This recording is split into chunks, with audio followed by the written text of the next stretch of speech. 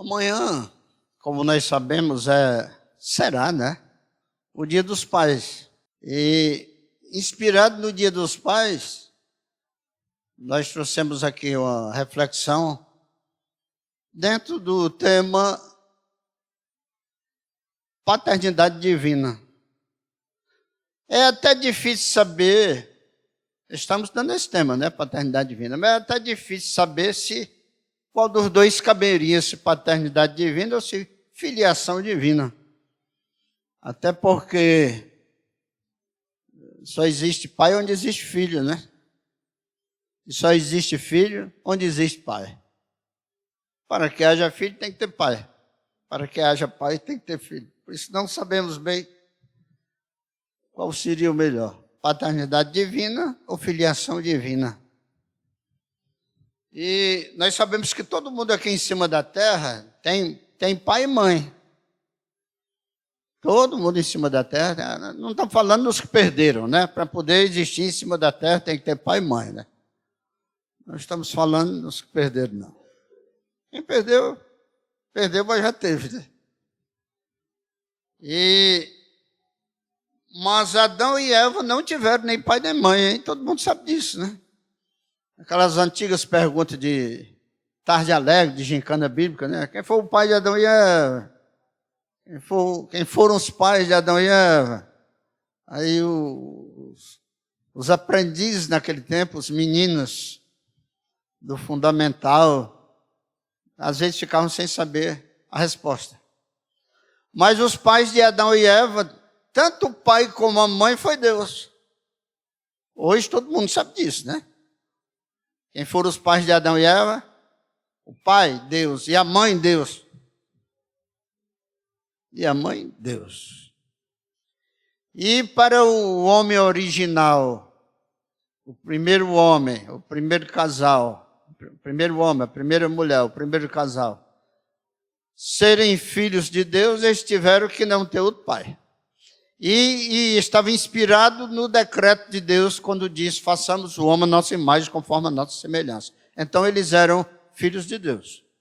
Adão e Eva eram filhos de Deus até pecar. Até pecar. Quando o homem pecou, ele deixou de ser filho de Deus. Inclusive, a nossa herança cristã, herança da fé cristã, a literatura cristã, ela é baseada em muitos pontos na literatura judaica. E lá, no tempo de Jesus, não se podia dizer que era filho de Deus. Só depois que Jesus ensinou os seus discípulos o Pai Nosso. Mas uma das acusações que tiveram contra Jesus no seu julgamento é que ele tinha dito que era filho de Deus. Não é? Então, uma pessoa tão perfeita como Jesus, tão santa como Jesus, uma das acusações do seu julgamento, ele disse que era filho de Deus. Interessante, né? Hoje é capaz de alguém vir querer processar a gente sem chegar para ela e disser diretamente, não é filho de Deus, não. É filho do diabo. Se disser isso, é capaz de ser processado. Ofensa religiosa. Certo? Mas o convite de Deus, a proposta de Deus, o projeto de Deus é que nos tornemos filhos dele. Deus quer ser nosso pai. E Deus quer que a gente seja filho dele. Se a gente se tornar filho dele, consequentemente ele será o nosso pai. E aí viveremos uma relação perfeita de pai e filho. Uma relação perfeita de pai e filho. E como é que começa esse processo? Umas passagens da Bíblia tão conhecidas, que às vezes a gente passa por cima, né? A gente não atenta, nem lê. Um grande problema do povo que se diz cristão hoje é que não está lendo a Bíblia. Aproveito que nem está dentro do assunto para perguntar que tempo faz que você pegou da Bíblia para ler? Talvez tenha gente que faz 1 mês, outros 2 meses, 3 meses, 6, 1 ano. Faz muito tempo que não lê a Bíblia. Aí a fé vai enfraquecendo. Porque a fé vem pelo ouvir ou ler. Ouvir ou ler a palavra de Deus. Muito bem, aí como é que começa esse processo de filiação? João 1,12. João 1,12. Poderíamos até dizer, para que essa mensagem é muito conhecida? Mas aquilo que nós conhecemos, a gente tem que rever. Diz assim: mas a todos quantos o receberam, deu-lhes o poder de serem feitos filhos de Deus, aos que creem no seu nome. Muito bem. Esse processo começa quando a gente recebe Jesus. A gente começa a se tornar filho de Deus. Ele nos dá o poder de ser feito filho de Deus. Olha, irmãos, eu sou de uma opinião no bom sentido, né? De uma compreensão. Eu sou de uma compreensão o seguinte: quando a gente creu em Jesus, porque entendeu que Ele é o Salvador, e a gente entendeu, sentiu com o coração e confessou com a boca que recebeu Jesus, como o nosso Salvador que morreu na cruz por nós, reabriu a porta do céu para nós, a gente é justificado pela fé, mas ainda não se tornou filho de Deus. Pode até alguém discordar. Quando é que a gente se torna filho de Deus? Quando o processo acontece em nós. E a gente volta ao estado do homem antes do pecado. Antes do pecado. A gente volta ao estado da graça original. Porque essa palavra graça, ela tem vários significados, em vários contextos, em várias ocasiões. E a graça sempre existiu, né? Sempre existiu. Não foi só depois da queda, não. Ela, depois da queda, devido à misericórdia de Deus, ela veio com mais força. Bendito seja Deus, né?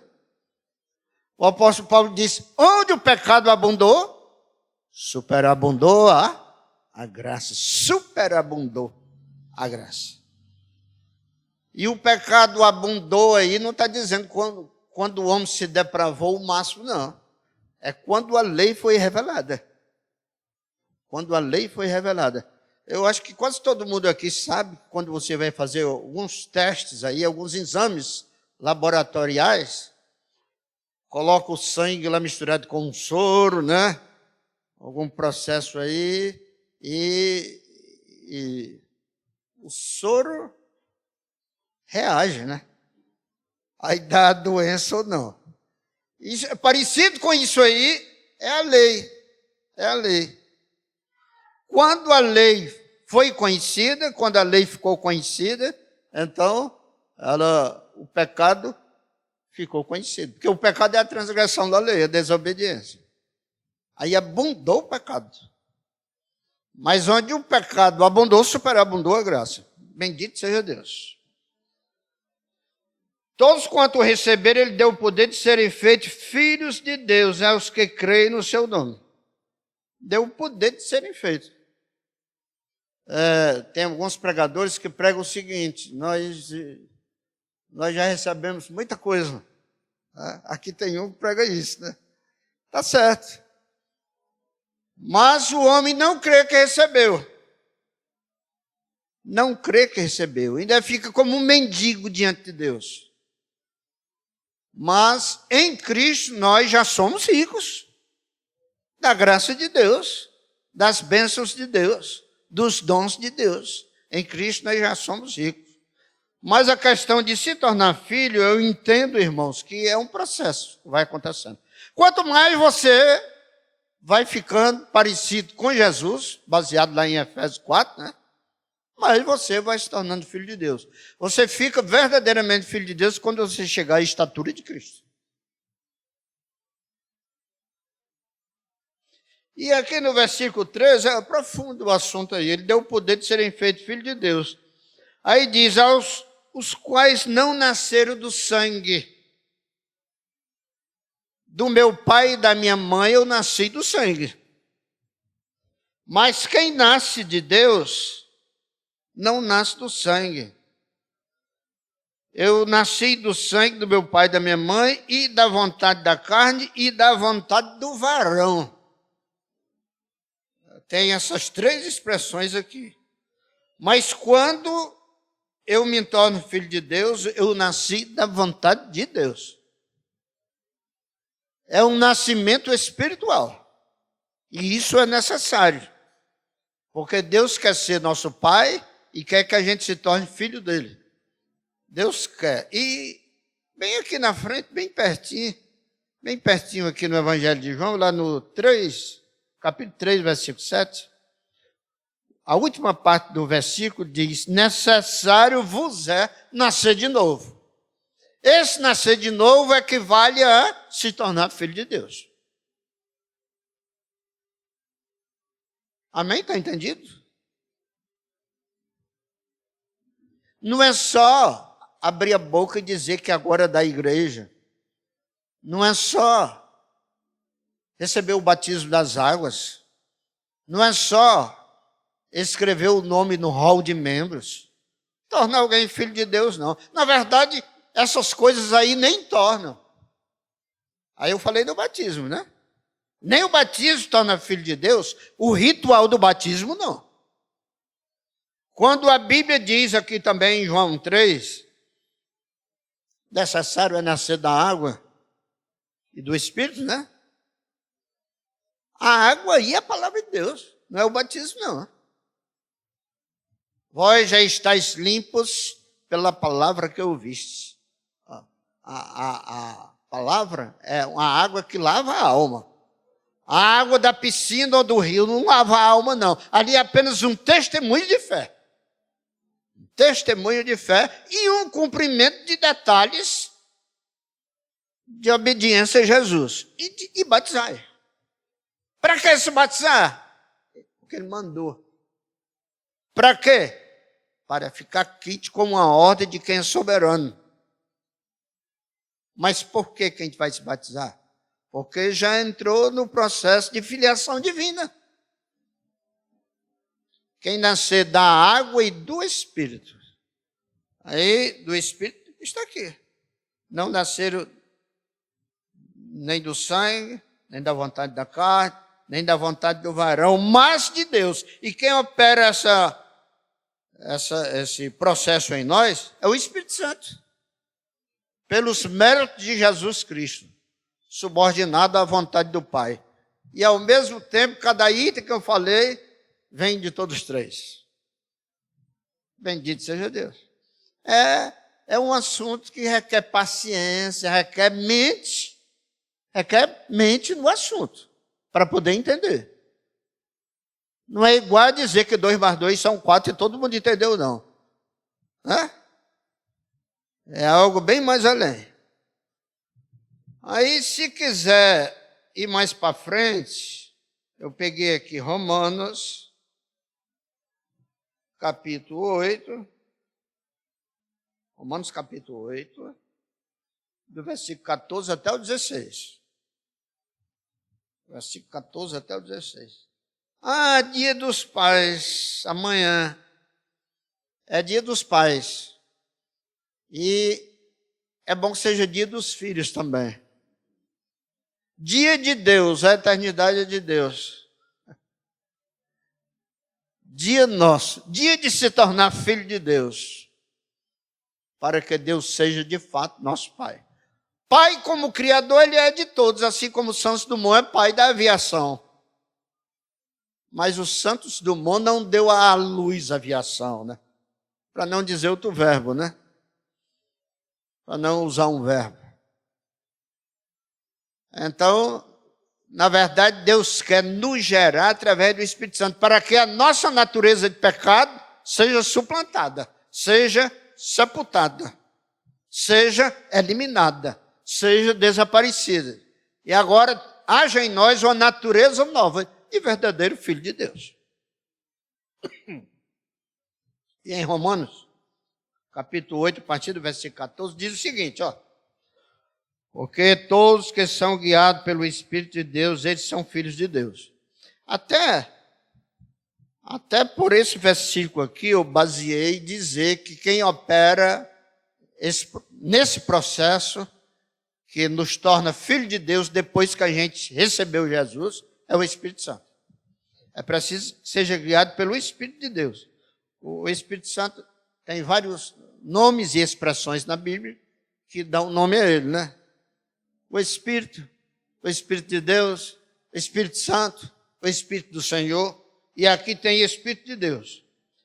Todos os que são guiados pelo Espírito de Deus, esses são filhos de Deus. Quando é que a gente se torna verdadeiramente filho de Deus?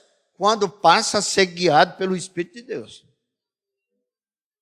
Já recebeu a nova natureza pela vontade de Deus, né? E agora está sendo guiado pelo Espírito de Deus.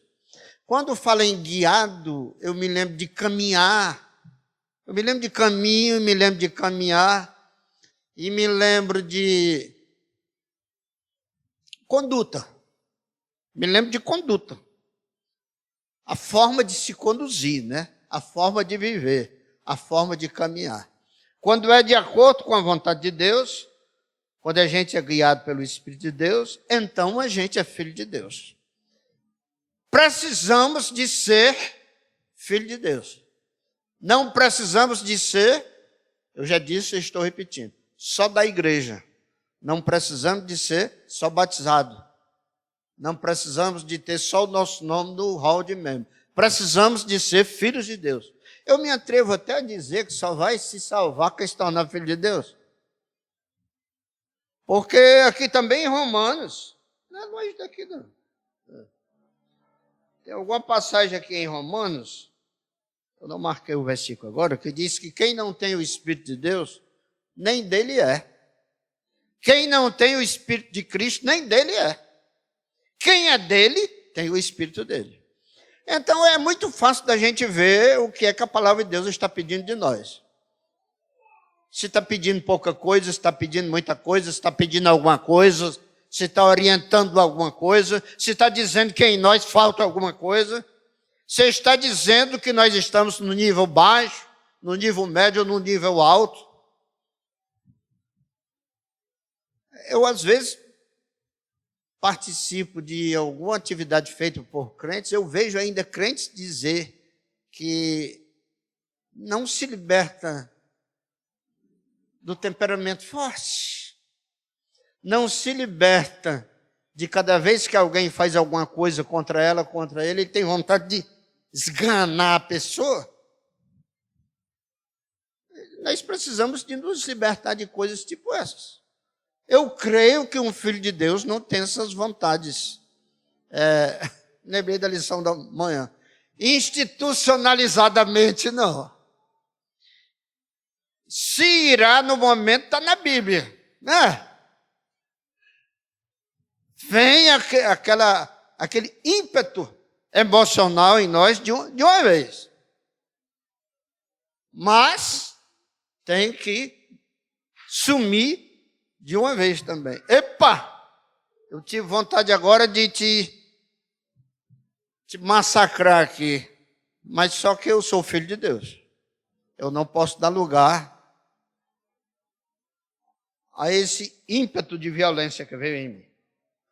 Aí no versículo 15, diz o seguinte: porque não recebestes o espírito de escravidão.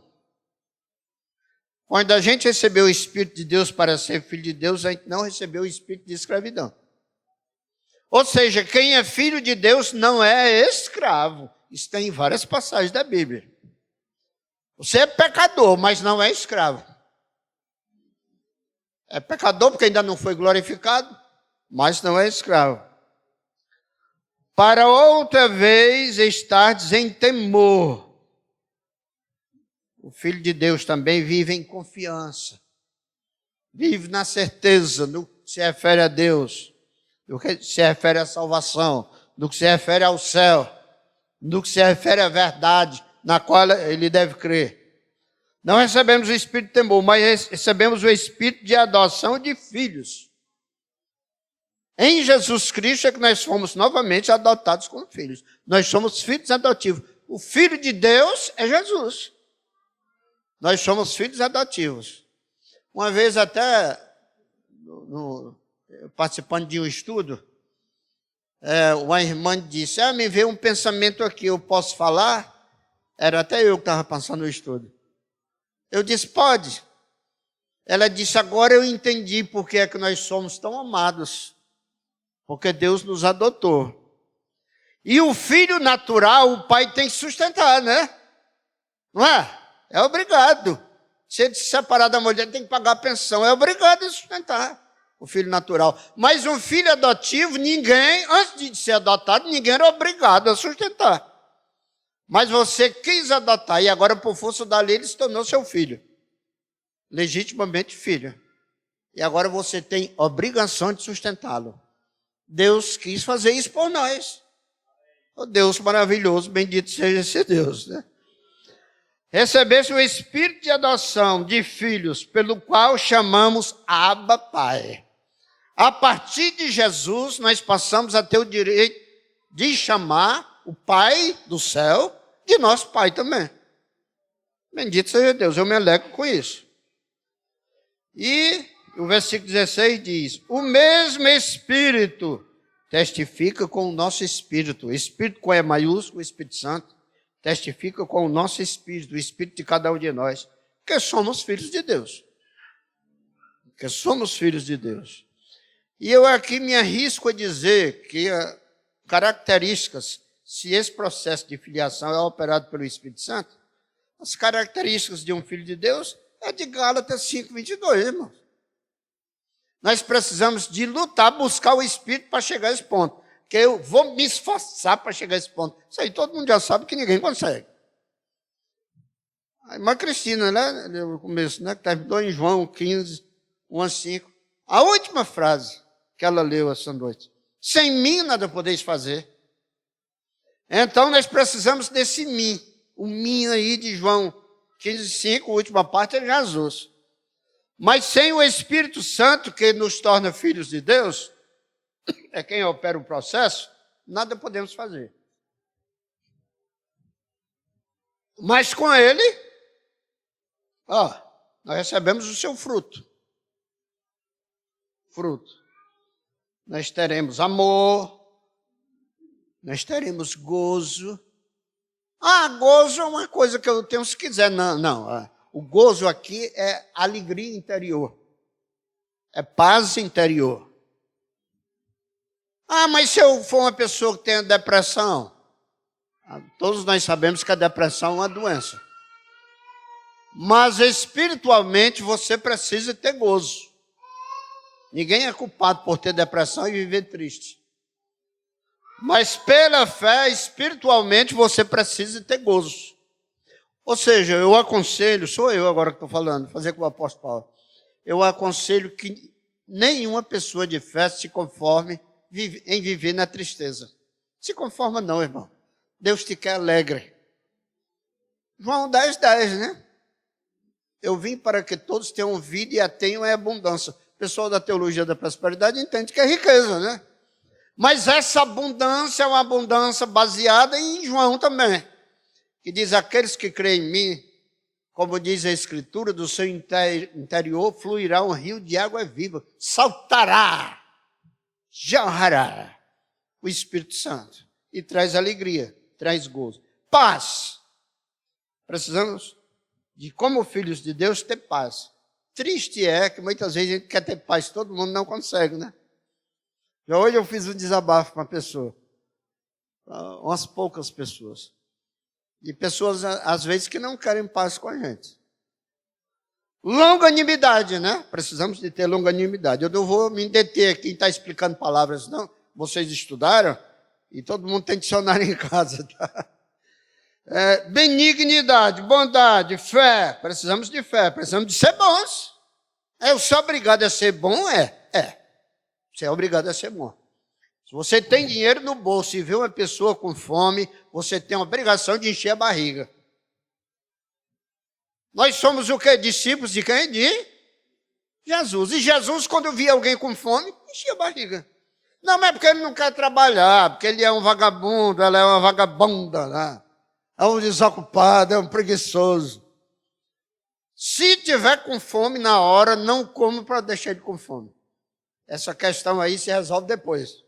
Nós precisamos de ser bons. Fé, mansidão. Não é fácil ser manso, não. Não é fácil ser manso, não. Mas um filho de Deus procura ser manso. E temperança, né? Temperança, nas versões diversas aí, ela aparece com 3 nomes, né? Temperança, domínio próprio, né? E autocontrole. Tem outras expressões aí. Amém? Eu prometi a líder da União Feminina que hoje ia pregar curto. Já não prego muito longo, porque vocês sabem, né? É outra atividade aí, sai daqui mais cedo. Então, irmãos, e aí? O que foi que essa mensagem quer dizer? Nós somos chamados para sermos filhos de Deus. Deus tem interesse em ser nosso Pai. Faça uma autoanálise baseada no seguinte questionamento. Estou a nível de filho de Deus? Ou sou só um frequentador de igreja?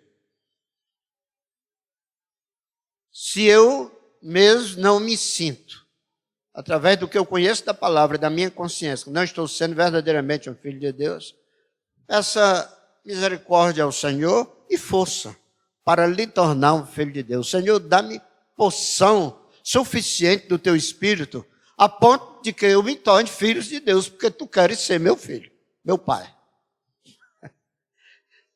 Ter Deus como filho é demais, né?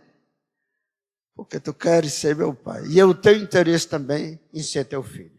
Então, que Deus nos abençoe. E 7 pais que estão aqui, eu contei, viu? Tem 7 pessoas aqui do sexo masculino, são pais. Deus dê a cada um de vocês um feliz dia dos pais. Né? Então, eu desejei até para mim, né? Porque eu contei comigo. Estou desejando para mim também. Tem direito, né? E amanhã, se você quiser e puder, como presente, dê ao seu pai, dê um abraço. Se você não tem renda, um abraço e dizer, papai, eu te amo. Isso é tão importante. Papai, eu te amo. Uma vez a minha filha foi dizer, papai, eu te amo, morrendo de rir. Tem filhos que não se acostumam a dizer isso para o pai. Aí foi dizer, morrendo de rir. Está rindo tanto assim porque eu estou fazendo cócega em tua? Não, é porque eu não sou acostumado a fazer isso. Mas valorize o seu pai enquanto você tem, viu, irmãos? Valorize a sua mãe também. Amanhã não é dia das mães, não, mas todo dia é. Como também todo dia é dia dos pais. Valorize a sua mãe enquanto você tem. Depois quem perde é só saudade. Se você for normal, é só saudade. Se você não for normal, nem saudade você tem. Não é não? Então que Deus em Cristo nos abençoe.